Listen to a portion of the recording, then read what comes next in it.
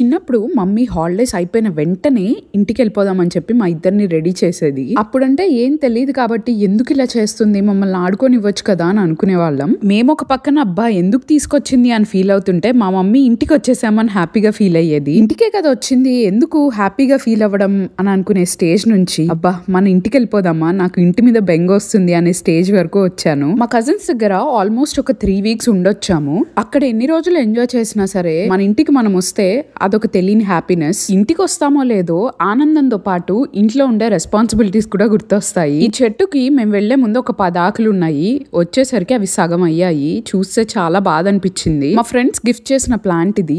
దీని మీద కివి దాని ప్రతాపం మొత్తం చూపించి సగం ఆకులు తెంపేసింది. ఇంట్లోకి ఏమేమి ఐటమ్స్ కావాలి, ఫ్రిడ్జ్ లో అసలు ఏమున్నాయి అని చూసి ఇంకా నేను ఫ్రెష్ అప్ అవుదామని వచ్చాను.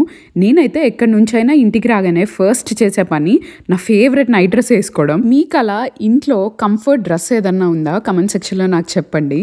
కివి సేస్ మీకు నా ముద్దులు and thank you so much Kiwi మీద అంత కన్సర్న్ చూపించినందుకు. She's completely fine now. దానికి ఆ డ్రాప్స్ వర్క్ అయ్యాయి, సో షీఈస్ డూయింగ్ వెల్. దానికి ఫుడ్ పెట్టేసి మేము కాఫీ కలుపుకొని తాగాము.